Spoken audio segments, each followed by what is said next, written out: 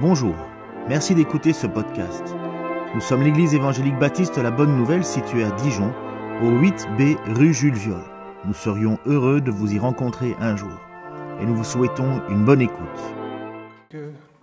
Ça va être bon. Donc, bonjour à tous. Donc, je suis heureux d'être là devant vous pour partager la parole de Dieu. Donc, je tiens à remercier Paul pour sa présidence.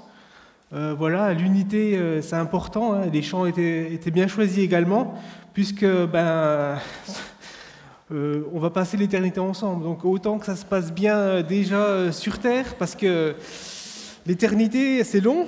Ça n'a pas de fin et on sera tous ensemble. Donc, il y aura personne d'autre, d'autres frères, d'autres églises. Donc, eux aussi, il faut bien s'entendre avec, nouer des relations, c'est important.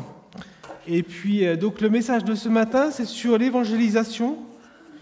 Donc, l'évangélisation, c'est quelque chose dont on ne parle pas toujours souvent dans les prédications. Et pourtant, si nous sommes ici présents, c'est qu'à un moment donné, quelqu'un nous a partagé l'évangile. Sinon, si personne ne nous avait partagé l'évangile, je ne serais pas devant vous, vous ne serez pas dans la salle, il n'y aurait pas d'église. Donc voilà, c'est Ken qui m'a donné ce thème à développer aujourd'hui.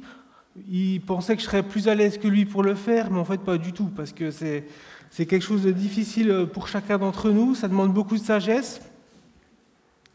Et puis, tout d'abord, est-ce que vraiment on doit évangéliser ? Est-ce que c'est une mission que le Seigneur nous a donnée ? Ben oui, puisque dans Matthieu 28, le Seigneur Jésus-Christ lui-même dit « Allez, faites de toutes les nations des disciples, les baptisant au nom du Père, du Fils et du Saint-Esprit. » Donc oui, c'est le Seigneur qui nous demande clairement de faire des disciples. Plus loin, dans le Nouveau Testament, l'apôtre Paul déclare « Comment donc invoqueront-ils celui en qui ils n'ont pas cru ? Et comment croiront-ils en celui dont ils n'ont pas entendu parler ? Et comment entendront-ils parler s'il n'y a personne qui prêche ?» Même chose que je vous ai dit en introduction, si personne n'annonce l'évangile, il n'y a pas d'église. Paul, dans son épître aux Corinthiens,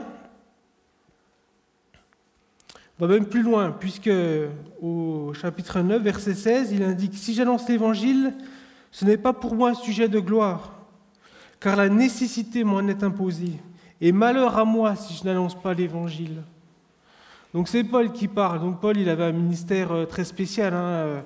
Je ne dis pas que si des fois on saisit pas une occasion de témoigner, le Seigneur va nous frapper d'un malheur. C'est pas forcément ça. C'est lui qui avait vraiment une mission très spéciale. Puisque aussi au moment où il a été frappé par le Seigneur en allant sur le chemin de Damas, Ananias, le Seigneur dit à Ananias, « Va, car cet homme est un instrument que j'ai choisi pour porter mon nom devant les nations, devant les rois et devant les fils d'Israël. » Donc oui, clairement, annoncer l'évangile, c'est nécessaire, c'est une mission que nous a donnée notre Seigneur. Alors il y a différentes façons de le faire, différentes occasions de le faire.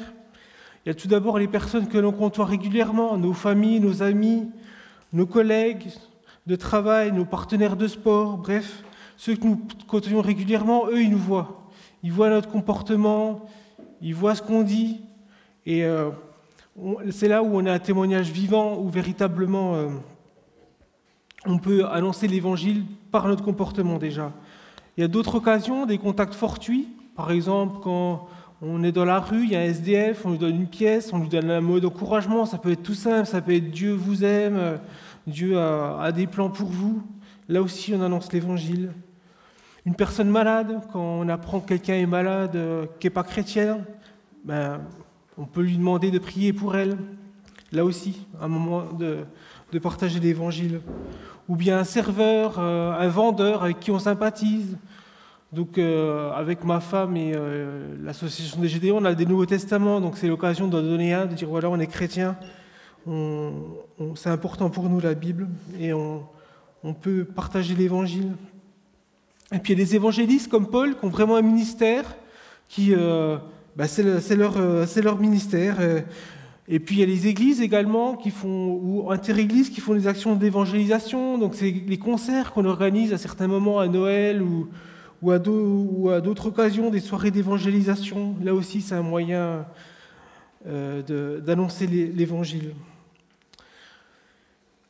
Quels que soient les modes d'annoncer l'Évangile, les moments où on partage l'Évangile, ce que je vous propose, c'est qu'on étudie le passage de Paul à Athènes, où Paul annonce l'Évangile aux Athéniens.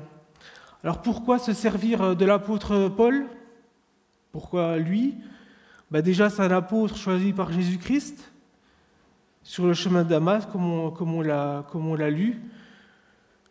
Donc les apôtres, il y en a 12, 13, 14, ça dépend si on considère que Judas c'est un apôtre, que Matthias c'est un apôtre. Donc il n'y a pas beaucoup de monde. Des prédicateurs, il y en a des millions. Il y en a des millions, des évangélistes, il y en a des millions. Des apôtres, il n'y en a que 12 à 14. Donc ils ont vraiment leur enseignement, c'est vraiment la base et sur quoi on doit se fonder le Nouveau Testament. Alors dans Galates 2:8, Paul, toujours, un apôtre pour évangéliser les non-juifs, car Dieu a fait de moi l'apôtre des autres peuples, tout comme il a fait de Pierre l'apôtre des juifs. Donc nous, on n'évangélise pas souvent des juifs, plus souvent des gentils, comme on dit, c'est-à-dire des non-chrétiens et des non-juifs. Paul, il a été transposé dans les cieux. Après que Jésus l'ait choisi, Paul, il a véritablement été dans les cieux, été enseigné directement par le Seigneur, au point que le Seigneur Jésus lui a donné un ange de Satan pour éviter qu'il prenne la grosse tête. Donc je ne sais pas si vous imaginez ce qu'il a dû entendre dans les cieux, ce qu'il a dû voir. Donc il dit « Et pour que je ne sois pas enflé d'orgueil, à cause de l'excellence de ses révélations, il m'a été mis une écharpe dans la chair, un ange de Satan pour me souffleter et m'empêcher de m'orgueillir. » Paul, il a parcouru tout le bassin méditerranéen, il a implanté de nombreuses églises. On les lit dans les Actes des Apôtres, dans ses épîtres. Un Corinthien, une église avec qui il avait l'église de Corinthe, avec qui il a eu des problèmes. Il va même jusqu'à dire qu'à quand vous auriez 10 000 maîtres en Christ, vous n'avez cependant pas plusieurs pères, puisque c'est moi qui vous ai engendré en Jésus-Christ par l'Évangile. Donc voilà, il a ouvert de multitudes d'églises. Les Actes des Apôtres, du chapitre 9 au chapitre 28, ça relate le ministère de Paul et de l'Église primitive. Et jusqu'au dernier moment, jusqu'à la fin des Actes, on voit ses œuvres missionnaires. Et le livre des Actes finit par « Paul demeura 2 années entières dans le logement qu'il avait loué. Il accueillait tous ceux qui venaient chez lui. Il annonçait le règne de Dieu et il enseignait ce qui concerne le Seigneur Jésus-Christ avec une entière assurance et sans obstacle. » Donc voilà, Paul, c'est une référence. Il fut même l'auteur d'une plus grande partie du Nouveau Testament, 13 épîtres, plus peut-être l'épître aux Hébreux, donc on n'est pas sûr de l'auteur. Donc voilà, Paul, comment il s'y prend, on peut le prendre en considération pour nous aider dans notre témoignage. Donc avant de lire le passage en question, je vais prier pour le message. Oui, Seigneur, nous sommes si faibles, si dépourvus de sagesse, si incapables d'annoncer l'Évangile d'une façon qui t'honore, Seigneur, d'une façon qui soit efficace. Nous y allons avec nos propres forces parfois. Nous manquons d'intelligence, de sagesse, nous avons de la maladresse. Et aujourd'hui, nous voulons nous pencher sur comment tu as inspiré ton serviteur Paul pour justement améliorer notre témoignage et vraiment que ton nom soit béni à travers nous, dans nos contacts, dans toute notre vie, toutes les personnes que nous rencontrons, que ton nom soit glorifié et que ta parole et l'obéissance à elle se propagent dans Dijon, dans nos familles, à notre travail. C'est dans le nom de Jésus que nous te le demandons. Amen. Donc je vais lire le passage qui est un peu long, donc je vais le lire une seule fois, je ne vais pas reprendre après, donc, puisqu'il y a 19 versets. Donc c'est dans les Actes, c'est le moment où Paul est à Athènes. Ceux qui accompagnaient Paul le conduisirent jusqu'à Athènes, puis ils repartirent chargés de transmettre à Silas et à Timothée l'ordre de le rejoindre au plus tôt. Pendant que Paul les attendait à Athènes, son esprit était profondément indigné à la vue de cette ville pleine d'idoles. Il s'entretenait donc dans la synagogue avec les Juifs et les non-Juifs qui craignaient Dieu, et chaque jour sur la place publique avec ceux qu'il rencontrait. Quelques philosophes, épicuriens et stoïciens se mirent à parler avec lui. Les uns disaient « Que veut dire ce discoureur ?» D'autres, parce qu'il annonçait Jésus la résurrection, disaient « Il semble qu'il annonce des divinités étrangères. » Alors ils l'attrapèrent et le conduisirent à l'aréopage en disant « Pourrions-nous savoir quel est ce nouvel enseignement que tu apportes ? En effet, tu nous as fait entendre des choses étranges. Nous voudrions donc savoir ce que cela veut dire. » Or, tous les Athéniens et les étrangers qui résidaient là ne passaient leur temps qu'à dire ou écouter les dernières nouveautés. Paul, debout au milieu de l'aréopage, dit « Athéniens, je vous trouve à tout point de vue extrêmement religieux. En effet, en parcourant votre ville et en examinant les objets de votre culte, j'ai même découvert un autel avec cette inscription « À un Dieu inconnu ». Celui que vous révérez sans le connaître, c'est celui que je vous annonce. Le Dieu qui a fait le monde et tout ce qui s'y trouve est le Seigneur du ciel et de la terre, et il n'habite pas dans les temples faits par la main des hommes. Il n'est pas servi par des mains humaines comme s'il avait besoin de quoi que ce soit, lui qui donne à tous la vie, le souffle et toutes choses. Il a fait en sorte que tous les peuples issus d'un seul homme habitent sur toute la surface de la terre, et il a déterminé la durée des temps et les limites de leur lieu d'habitation. Il a voulu qu'ils cherchent le Seigneur et qu'ils s'efforcent de le trouver en tâtonnant, bien qu'il ne soit pas loin de chacun de nous. En effet, c'est en lui que nous avons la vie, le mouvement et l'être, et comme l'ont dit aussi quelques-uns de vos poètes, nous sommes aussi de sa race. C'est ainsi donc, puisque nous sommes de la race de Dieu, nous ne devons pas croire que la divinité ressemble à de l'or, à de l'argent ou à de la pierre, sculptée par l'art et l'imagination de l'être humain. Sans tenir compte des temps d'ignorance, Dieu annonce maintenant à tous les êtres humains, partout où ils se trouvent, qu'ils doivent changer d'attitude, parce qu'il a fixé un jour où il jugera le monde avec justice par l'homme qu'il a désigné. Il en a donné à tous une preuve certaine en le ressuscitant.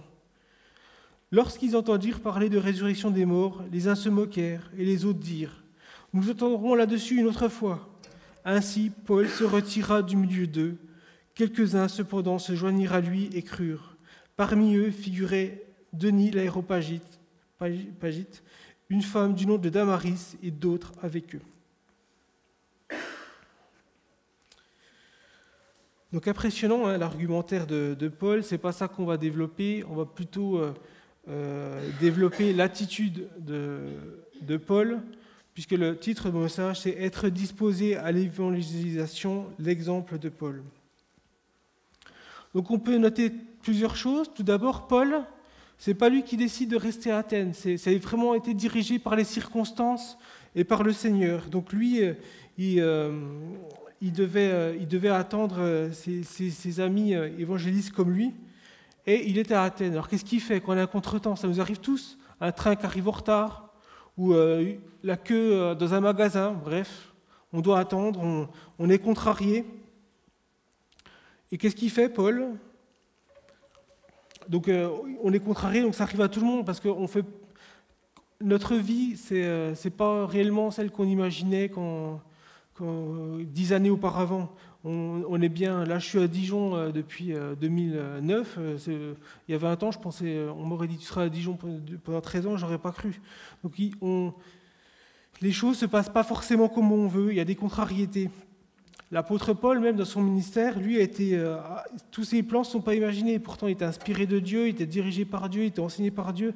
Et pourtant, ça ne s'est pas passé comme il voulait. Dans Actes 16, il ajoute même « Ayant été empêchés par le Saint-Esprit d'annoncer la parole en Asie, ils traversèrent la Phrygie et le pays de Galatie. » Vous voyez, ça ne se passe pas toujours comme on veut. Et Paul, il voyageait, donc il aurait pu se reposer, il aurait pu... oui, alors, il n'y a pas de téléphone portable à l'époque, mais il aurait pu être contrarié et rien faire. Ben non, lui, qu'est-ce qu'il fait? Il va visiter la ville. Il va visiter la ville au point qu'il voit tous les temples avec les idoles. Et là, on peut voir son indignation. On peut voir son indignation. Moi, je ne suis pas toujours indigné quand je fais du tourisme et que je vois des temples romains ou qu'il y a des reportages à la télé. Mais lui, de voir que d'autres dieux, des dieux qui n'existent pas, aient pu être vénérés, ça le mettait hors de lui. Et on a pu voir ça également avec David, quand il est avec Goliath. Là aussi, une indignation dans 1 Samuel 7, 26. Goliath qui insultait le peuple, qui insultait le Dieu d'Israël, dit « Qui est donc ce Philistin, cet incirconcis, pour insulter l'armée du Dieu vivant ?» Ou alors notre Seigneur Jésus-Christ lui-même, quand il est dans le temple, où il voit le commerce qui se fait dans le temple, il leur dit « Il est écrit, ma maison sera appelée une maison de prière, mais vous avez fait une caverne de voleurs. » Donc on peut voir l'indignation des hommes de Dieu quand ils voient des choses qui n'honorent pas Dieu, et ça les pousse à l'action. David, lui, il va combattre Goliath et il va le vaincre. Jésus, il va chasser tous les vendeurs de pigeons. Et Paul, lui, qu'est-ce qu'il va faire ? Il va annoncer l'évangile. Il va annoncer l'évangile dans Athènes. Et comment il s'y prend ? Il va là où il y a du monde, il va à la synagogue. Donc il est juif, donc il va à la synagogue le vendredi pour annoncer l'évangile. Et puis la semaine, qu'est-ce qu'il fait ? Il va sur la place publique. Il va rencontrer des philosophes. Le texte nous dit des épicuriens et des stoïciens. Donc des épicuriens, c'est des philosophies antiques, hellénistiques, grecques. Donc, où schématiquement les épicuriens, ils cherchent le plaisir et fuient la souffrance, alors que les stoïciens, eux, ils essaient d'avoir une attitude d'indifférence face à la souffrance et au plaisir. Mais les deux, que ce soit les deux philosophies, il n'y en a aucune qui est en phase avec la Bible. Et puis il y a d'autres personnes, des personnes polythéistes qui vénèrent les différents dieux. Et puis, donc, qu'est-ce qui se passe ? Finalement, Paul, il va à l'aréopage. Il va à l'aréopage, mais ce qu'on peut voir, c'est qu'il est conduit par les Grecs. C'est pas lui qui dit « je vais aller prêcher à l'aréopage ». Non, il a échangé, normalement, et ils ont voulu en savoir plus. Ils ont voulu en savoir plus et ils l'ont emmené à l'aréopage. Et c'est ce que le Seigneur, c'est ce que l'apôtre Paul avait dit, demandé aux Éphésiens dans Éphésiens 6, 19. « Priez pour moi afin qu'il me soit donné, quand j'ouvre la bouche, de faire connaître hardiment et librement le mystère de l'Évangile. » Alors la prière qu'on fait pas assez souvent, c'est quand on a un peu de temps, dire « Seigneur, mets-moi quelqu'un en face de moi pour que je présente l'Évangile. » Je ne le fais pas souvent, cette prière, mais je l'ai fait quelques fois, et à chaque fois, il y a quelque chose, on rencontre quelqu'un. Je me souviens quand j'étais étudiant à Besançon, j'étais tombé sur un communiste révolutionnaire, voilà, j'avais le temps, on a parlé. Bref, je vous encourage vraiment à oser demander à Dieu de mettre sur votre route des personnes pour annoncer l'Évangile. Donc Paul à l'aréopage. Donc l'aréopage, c'est pas seulement un lieu sympa, le café du coin où on discute du football et des autres activités. C'était un tribunal également. Socrate, le philosophe Socrate, a été mis à mort par l'aréopage. Donc c'est sérieux. Et le Seigneur Jésus l'avait dit lui-même dans Luc 12, 11, « On vous mènera devant les synagogues, les magistrats et les tribunaux. » Situation de Paul. Et la suite du texte, « Ne vous inquiétez pas de la manière dont vous défendrez, ni de ce que vous direz, car le Saint-Esprit vous enseignera à l'heure même ce qu'il faudra dire. » Donc, Paul, il est dans le lieu, il n'y a pas de meilleur lieu pour faire connaître l'Évangile dans Athènes. Là, c'est sûr que tout le monde va connaître la doctrine de l'Évangile. C'est Dieu qui a dirigé. C'est Dieu qui a dirigé. Et il conduit Paul au meilleur endroit pour annoncer l'Évangile. Alors, Paul, dans son argumentaire, tout d'abord, il a du tact. Il n'expose pas la vérité sans respect. Il y a des idoles, il y a des philosophies qui sont dans l'erreur. Il était indigné même. Et maintenant, il a du tact. Pourtant, dans Exode 20, il a dit « Tu ne te feras point d'image taillée, ni de représentation quelconque des choses qui sont en haut dans les cieux, qui sont en bas sur la terre, qui sont dans dans les eaux plus bas que la terre. Tu ne te prosterneras point devant elles et tu ne les serviras point. C'est exactement ce que font les Athéniens. Mais qu'est-ce qu'il fait ? Il utilise la part de vérité qu'il y a dans leur culte. Temple à un Dieu inconnu. Et là, il utilise ça pour annoncer l'Évangile. Alors, dans beaucoup de philosophies, de sciences humaines, de religion, il y a une part de vérité, même si elle n'est pas chrétienne. Il y a des éléments qui sont vrais. Et au lieu de rentrer dans l'arc, excusez-moi l'expression, utiliser ça, dire oui, écoute, nous, on pense un peu pareil. Et après, qu'est-ce qu'il fait, Paul ? Paul, il a échangé avec les Athéniens pendant toute la semaine, il a entendu leur point de vue, leurs croyances et tout ça, et il va répondre point à point sur les éléments qui ne sont pas en phase avec l'Évangile. C'est pas ce qu'on va développer là, ce n'était pas l'objet du message, mais il parle d'un Dieu unique par rapport au polythéisme, à son omniprésence par rapport au temple, où il faut être au temple pour vénérer. Nous, on prie partout, on peut prier à la salle de bain, on peut prier au boulot, on peut prier à Carrefour, bref, on peut prier partout. Alors que dans beaucoup des religions, il y a des contraintes. Son omnipotence, il peut tout, il n'a pas besoin de nous. La création et la fin du monde et les limites par rapport aux philosophies épicurienne ou stoïcienne qui était plus en phase avec un monde qui a toujours existé. Un Dieu qui se laisse trouver en tâtonnant. C'est vrai, quand Dieu il se laisse trouver en tâtonnant, vous voyez, on discute avec des non-chrétiens, ils nous disent des choses vraies, beaucoup de choses vraies. Pourquoi ? Parce que la vérité, ils finissent par la trouver en tâtonnant avec leur expérience, machin. Et il utilise aussi des poètes grecs, Épéménide et Aratus, que j'ai cités. Voilà, des poètes grecs, donc qu'est-ce qu'ils connaissaient de l'Évangile ? Mais ils présentaient certains aspects qui étaient vrais et il va les citer. Et enfin, le jugement et sa solution, qui était que Jésus-Christ mort pour nous et qu'il soit ressuscité pour notre salut. Donc on voit du tact, la façon d'aborder, s'il aurait été franco, il était dans un tribunal, il aurait pu avoir des problèmes, il n'aurait pas pu développer ses propos ensuite. Et il y a plusieurs observations qu'on peut faire. Tout d'abord, c'est que le monde dans lequel on vit, un Dieu créateur, il rejette un Dieu créateur, alors que quand on étudie un peu la science, on voit l'infinie complexité de notre monde, l'infini ordre qui y règne, les constantes fines qui sont à la décimale près, qui permettent de maintenir le monde en fonctionnement. Et ça, c'est intelligent, le fait qu'il y ait une intelligence supérieure qui puisse être aux commandes de tout ça, la plupart des hommes n'y adhèrent pas, alors que c'est une évidence. Comment voulez-vous que le monde, à sa complexité, soit créé par le hasard ? C'est inconcevable. Et pourtant, les hommes y adhèrent. Et pourquoi ils y adhèrent ? Parce que leurs œuvres sont mauvaises. Moi, avant d'être chrétien, alors je croyais pas en Dieu, enfin, je croyais plus en Dieu, on va dire, mais ça m'arrangeait bien que Dieu n'existe pas, parce que mes œuvres étaient mauvaises. Vous voyez, moi, j'avais pas vraiment envie que quelqu'un vienne me juger à la fin des temps par rapport à tout le mal que j'avais fait, parce que ça aurait pas fait l'affaire. Hein. J'aurais été jeté en enfer, c'est ce que j'aurais mérité.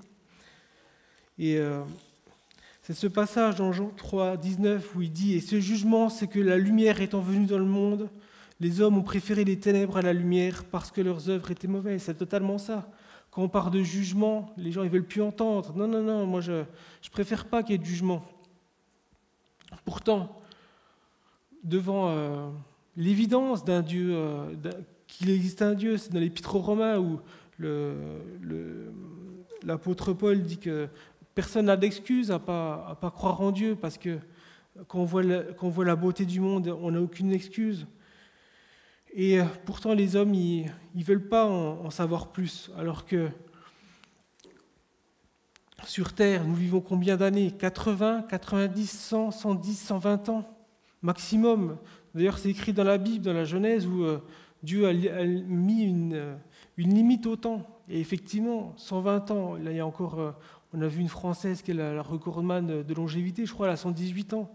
Mais encore un argument pour la véracité de la Bible. 120 ans, personne ne vit au-delà. Jeanne Calment, elle dit, elle n'a pas atteint personne. 120 ans, c'est la limite. Et c'est dans la Bible. Et les gens, voilà, ils rejettent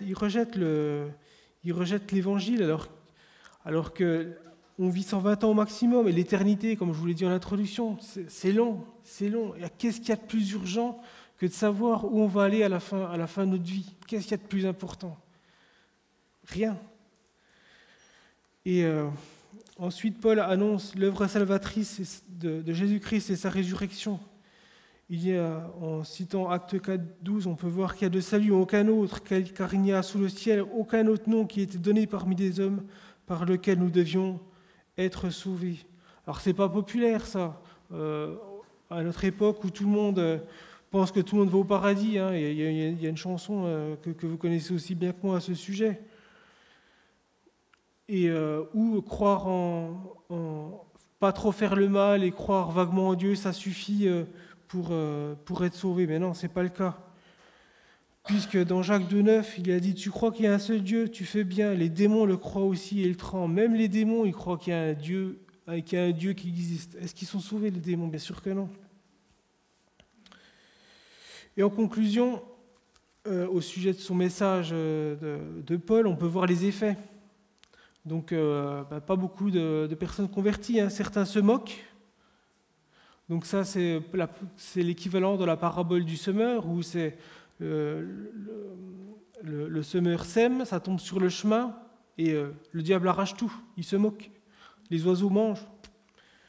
Il se moque. La parole semée n'a aucun effet. D'autres ne veulent pas entendre. Ils sont pris par leurs soucis.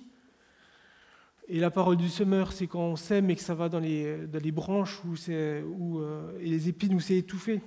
Ils sont étouffés par les soucis, les plaisirs de ce monde. Ils ne vont pas plus loin, mais il y a certains qui croient. Certains croient, quelques-uns. Et c'est le constat qu'on fait dans nos soirées d'évangélisation ou quand on est au contact de nos collègues ou de nos familles. C'est dur, on témoigne, on fait ce qu'on peut, et puis il n'y a pas beaucoup d'effets.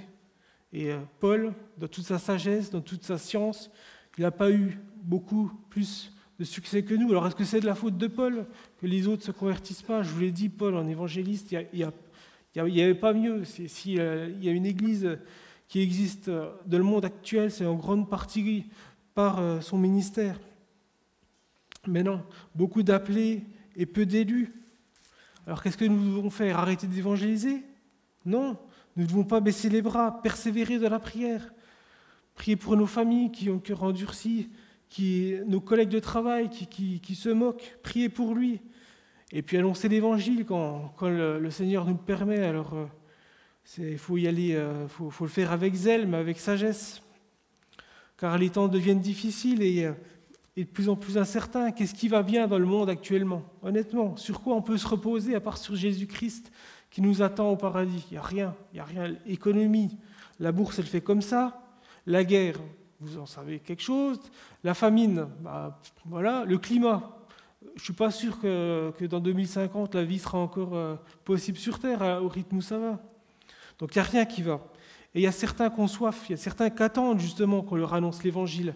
On a des exemples, des personnes à qui on propose une Bible avec les Gédéons et qui sont touchés. C'était le Seigneur qui avait préparé le moment et il attendait juste que nous, on y aille, que nous, on témoigne, que nous, on annonce l'Évangile.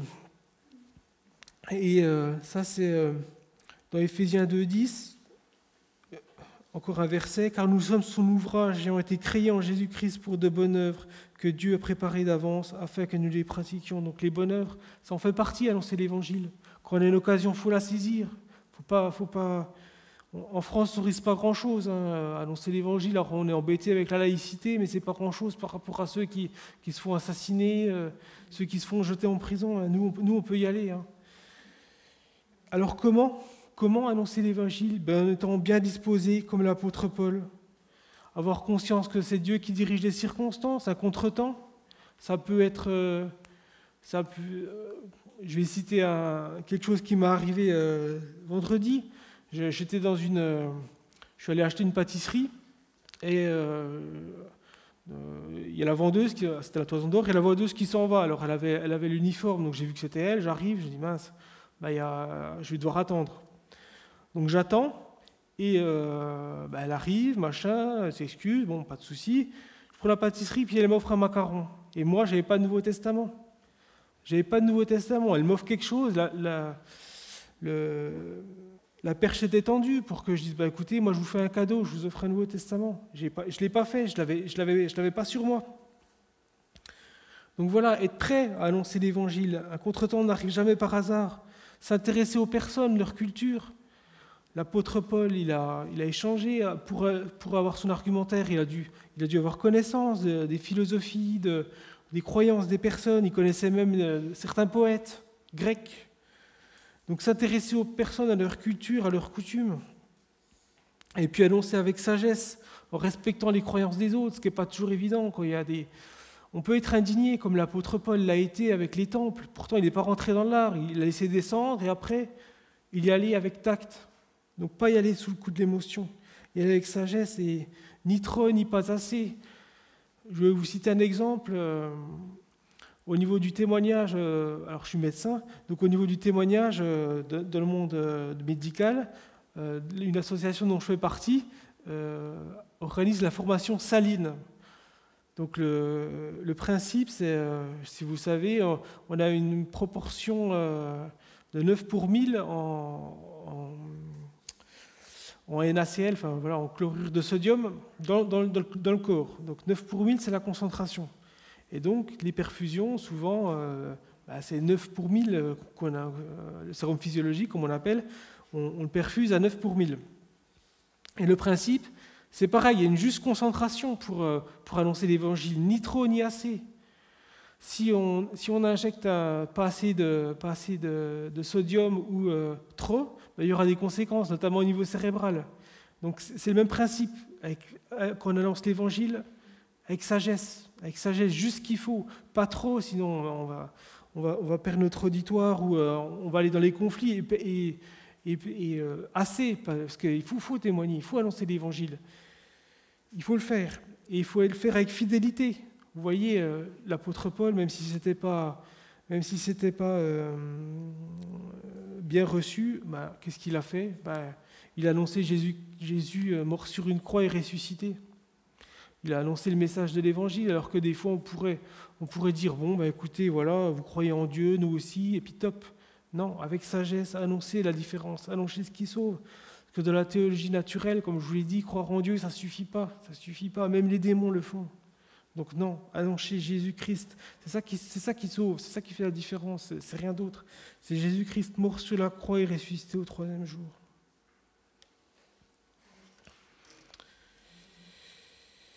Voilà, donc je vais prier pour finir ce message.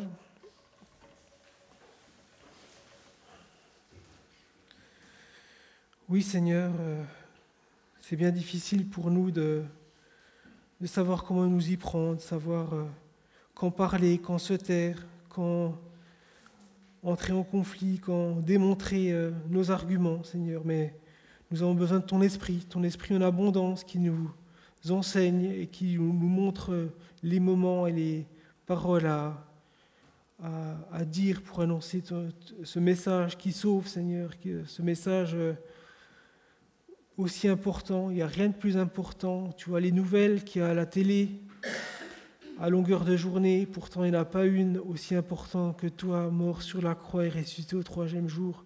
C'est ça qui ouvre les portes de l'éternité, c'est ça qui sauve, Seigneur, et pourtant on nous en empêche dans une partie du monde, et ça commence en France. Alors, aide-nous, Seigneur, aide des témoins qui reflètent ta gloire, Seigneur, et que tu puisses utiliser notre bouche, notre attitude, pour sauver tant qu'il est encore temps, c'est tant difficile. C'est dans le nom de Jésus-Christ que nous te le demandons. Amen.